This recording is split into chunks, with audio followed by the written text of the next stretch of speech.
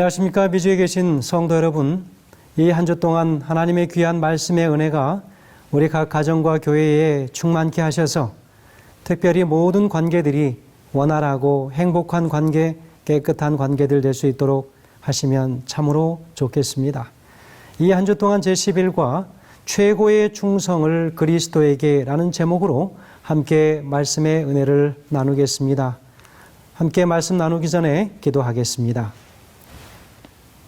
하늘에 계신 아버지 하나님, 오늘 특별히 우리의 최고의 충성을 주님께 드리기로 다시 한번 결심하는 가정과 교회 될 수 있도록 인도하셔서 하나님의 모든 가정과 또 교회들이 우리 주님 앞에서 살아가는 삶이 행복하고 주님을 섬기고 서로를 섬기며 살아가는 것이 참으로 하나님께 영광이 되는 삶이 되게 인도하시기를 예수님의 귀하신 이름으로 간절히 기도합니다.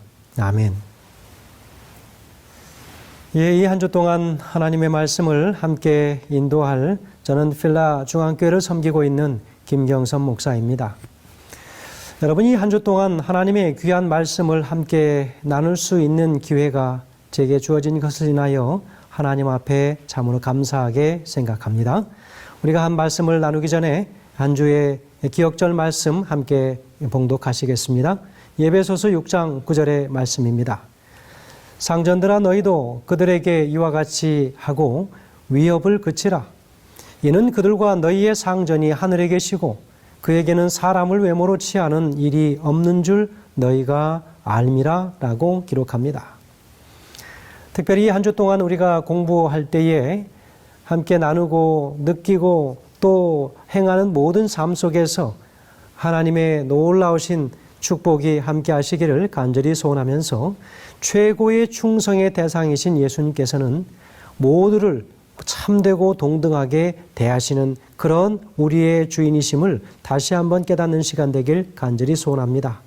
그리고 특별히 매일매일의 일과와 그리고 인간관계 속에서 그리스도를 바라볼 때 바른 가치를 발견할 수 있게 되기를 간절히 소원합니다. 그래서 그리스도의 마음과 관점을 본받게 되면서 매일의 관계에서 우리의 최선의 최고의 열매를 맺으며 살 수 있게 되기를, 그것이 우리의 행함의 삶 속에서 나타나기를 간절히 소원합니다. 특별히 한 주 동안에는 강자와 약자로 정의되는 관계 속에서 하나님은 강자와 약자에게 올바른 관계의 원칙을 제시해 주셨습니다. 그래서 바울은 그리스도께서 평가하시는 가치로 상대를 대하며 평가하라고 이야기합니다. 그래서 불합리한 상황 속에서도 참된 충성의 대상이신 그리스도를 바르게 바라볼 수 있어야 하는 것이 특별히 이 한 주 동안 전체 교과의 중심이라고 이야기할 수 있겠습니다. 우리 주님께서는 차별이 없으신 우리 주님이십니다. 차별이 없으신 참 주인 앞에서 모든 인류는 함께 섬기는 동역자요, 형제요, 자매라고 하는 사실입니다. 여러분, 사람의 관계 속에서 높고 낮음이 없다라고 이야기합니다. 그러나 세상의 여러 회사나 그런 직장 속에서 이어지는 관계들이 있습니다. 그러나 그것은 계약적으로 이루어진 관계이지요.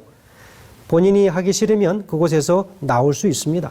그러나 오늘 이 한 주 동안에 이제 시작하는 과정 공부 속에는 바로 그 말씀 속에 나타난 종과 주인의 관계가 있습니다. 그래서 그 종과 주인의 관계를 사도 바울을 통하여 하나님께서 어떻게 말씀하시고 정의하시는지를 오늘 우리는 배우게 됩니다. 특별히 직장 생활이나 사업 혹은 세대 간의 관계에서 부모와 자녀의 관계 속에서 우리는 어떠한 관계를 정립해야 하는가를 사도 바울이 이 한 주 동안 우리를 향하여 권면하고 있다고 하는 사실입니다. 자, 그러면서 우리가 일요일 소지의 말씀을 함께 대합니다. 이제 자녀들을 위한 권면의 말씀입니다. 여러분, 오래전에 CNN 기자였고 작가였던 리온 해리스라고 하는 분이 있었습니다. 이분이 역대 미국 대통령들을 분석한 글이 있었는데 바로 그분이 쓴 그 글을 보면서 아주 흥미롭게 보았던 기억이 있습니다. 그는 비교적 미국 국민들이 좋아했고 그리고 좋은 영향을 남긴 대통령들을 다시 세 가지 유형으로 나누는 것을 보았습니다. 첫 번째는 유능한 대통령입니다. 여러분, 여기에는 미국 역사의 대통령에서 누가 여기에 들어갔을까요? 그 첫 번째가 조지 워싱턴이었습니다. 그리고 링컨, 그리고 루즈벨트, 그리고 케네디 대통령이 여기에 들어가게 되었습니다. 두 번째 카테고리는 성실한 대통령이었습니다. 누구였을까요? 에드워드 그리고 지미 카터 대통령이었습니다. 세 번째는 행복한 대통령이었습니다. 로널드 레이건 그리고 윌리엄 맥킨리 대통령이 여기에 속하게 되었습니다. 여러분, 맥킨리 대통령은 특별히 그의 겸손함과 조용한 미소 그리고 평화를 느끼게 하는 부드러움으로 그의 얼굴을 보기만 해도 국민들은 평화와 행복을 느낄 수 있었다라고 그렇게 얘기합니다. 여러분, 그런 사람, 그런 얼굴이면 얼마나 좋겠습니까? 보기만 해도 마음이 녹아내리고 평화롭고 정말 행복감을 가져다 줄 수 있는 세상의 리더라면 얼마나 좋은 리더겠습니까? 한 번은 그의 행복이 어디에서 왔느냐라고 하는 한 기자의 그런 짓궂은 질문이 있었습니다. 그랬더니 그는 서슴없이 뭐라고 이야기하냐면 그것은 바로 교회와 가정입니다라고 그는 서슴없이 대답했다고 하는 것입니다. 여러분, 교회와 가정이 얼마나 소중한가를 이분의 대답을 통하여 느끼게 됩니다. 그는 특히 그의 성장 과정에서의 시골 교회에서의 예배와 시골의 자기 집에서의 식탁의 추억을 잊지 못한다라고 하면서 교회 예배를 드리면서 하나님과 대화하고 가정의 식탁에서 가족들과 행복한 대화를 나눈 사람이 어떻게 행복하지 않을 수 있겠느냐라고 오히려 그는 기자들을 향하여 반문하게 되었습니다. 여러분, 교회와 가정은 성경에 의하면 하나님께서 세우신 오직 두 개의 기관이다라고 이야기합니다. 창조 사역의 정점에서 하나님은 아담과 하와를 지으시고 그들로 가정을 만들게 하셨습니다. 구속 사역의 정점인 하나님의 아들 예수 그리스도의 십자가의 죽으심으로 피로 값을 지불하시고 사신 것이 바로 교회의 탄생이라고 하는 것이지요. 여러분, 교회가 얼마나 소중한 것인지 다시 한번 우리가 깨닫는 시간이 되면 좋겠습니다. 구속의 사역이 필요했던 바로 그 이유가 무엇이었는가? 인류의 타락 때문이었지요. 여러분, 구속은 곧 다시 말하면 회복을 말하는 것입니다. 그래서 이 일을 위해서 하나님께서 이 땅에 교회를 두시도록 한 것이죠. 바로 그 예수 그리스도의 피값을 통하여 이 땅에 교회를 탄생시키게 하신 것입니다. 무엇 때문에요? 구속의 회복 역사 때문에 그런 것이죠. 그러므로 구원받은 사람들은 교회를 통해서 창조의 이상을 회복해야만 하는 것이죠. 다시 말하면 교회를 통해서 가정에서 세상에서 어떻게 사는 것을 배워서 하나님이 창조하신 본래의 뜻을 이루어야 한다는 것이지요. 성 어거스틴은 이렇게 얘기했습니다. 교회를 어머니처럼 섬기지 못하는 사람은 하나님을 아버지라 부를 자격이 없다라고 했습니다. 여러분, 어머니를 향하여 우리는 어떻게 하십니까?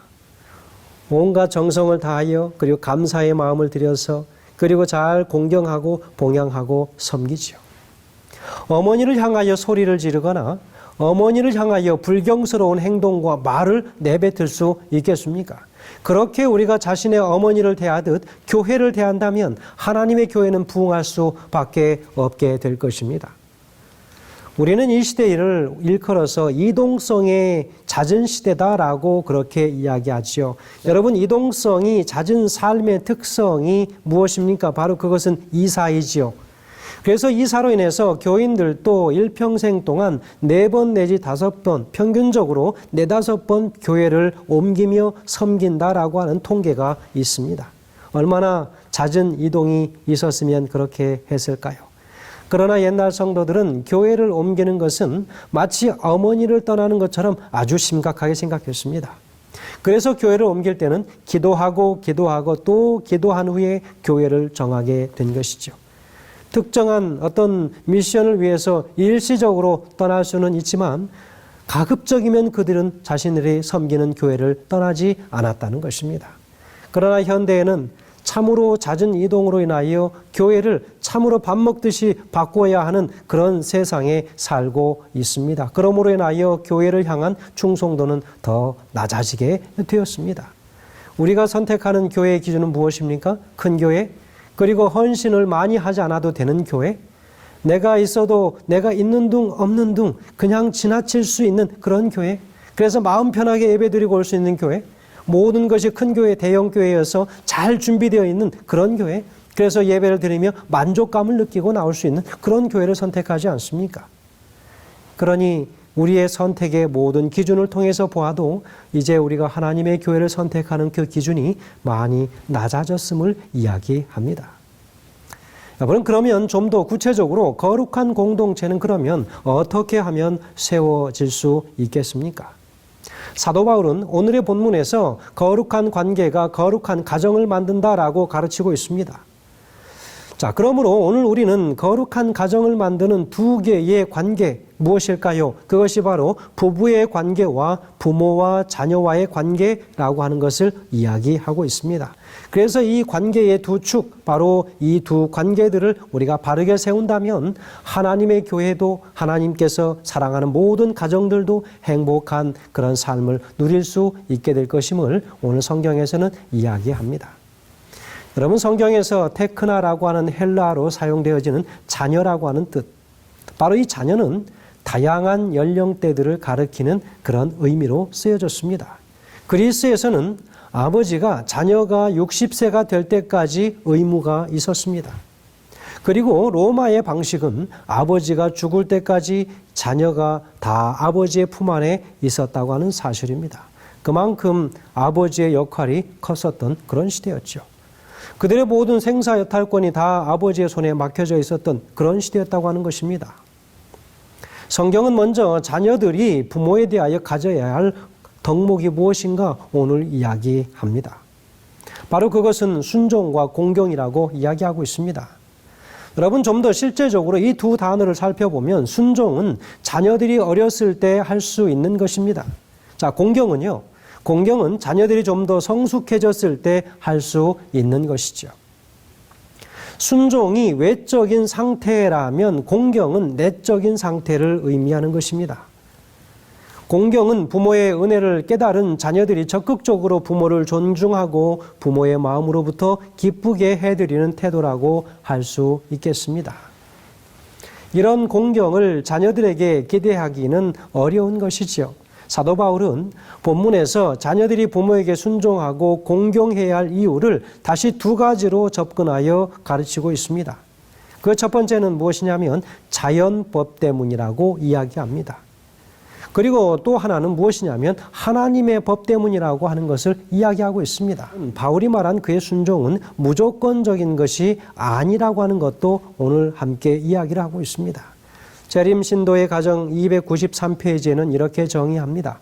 그리스도의 명령과 일치하지 않을 경우에는 고통스럽다 할지라도 하나님을 순종하고 그 결과는 하나님께 맡겨야 한다라고 이야기합니다.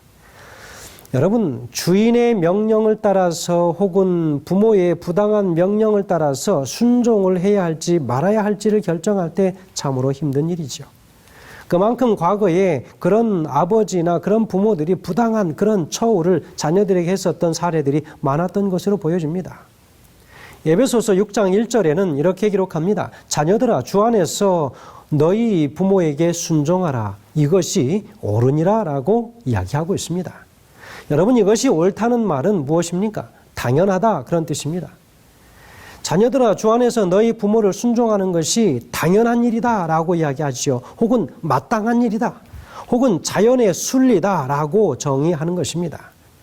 이것을 강조하지 않은 문화나 종교는 없습니다. 모든 부모가 공경을 받아야 할 대상이기 때문에.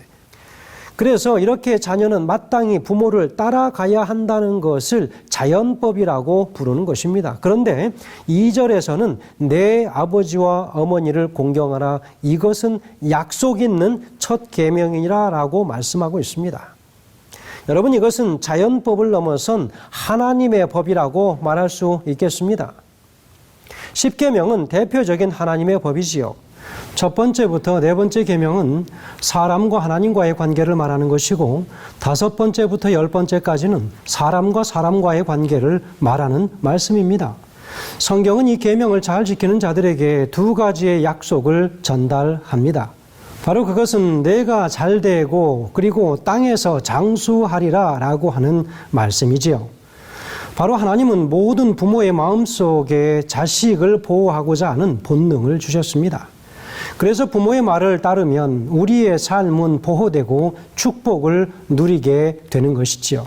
17명의 자녀를 훌륭하게 키운 전설적인 한 여인이 있습니다. 감리교의 장시자인 존 웨슬레의 부인 수잔나가 있습니다. 그 수잔나는 이렇게 이야기합니다. 할 수 있으면 부모에게 순종하고 공경하십시오. 내가 아는 한 그것이 성공의 길을 걷는 유일한 길입니다. 라고 그 여인은 강조했습니다. 부모를 공경하는 것은 인류가 번성하기 위한 하나님께서 세우신 계획입니다. 그것이 그리스도의 명령과 상충되지 않는다면 부모를 향한 공경은 그리스도인의 의무라고 하는 것입니다. 사랑하는 자녀들이시여, 진심으로 부모를 공경하고 사랑으로 모시게 되길 간절히 바랍니다. 그것이 바로 이 땅에서 장수하는 길이요, 그것이 바로 하늘 가는 지름길임을 다시 한번 확인하는 이 시간 되길 간절히 소원하면서 말씀 드리겠습니다. 기도하겠습니다. 하늘에 계신 아버지 하나님, 오늘 저에게 자녀로서 부모를 공경하는 것이 무엇임을 다시 한번 깨닫게 해주시니 감사합니다. 주신 약속들 바르게 순종하며 우리의 육신의 부모를 공경하며 하늘에 계신 우리 아버지를 또한 우리가 잘 받들어 모실 수 있도록 주님 진실된 그리스도인들 되게 하시기를 예수님의 이름으로 간절히 기도합니다. 아멘.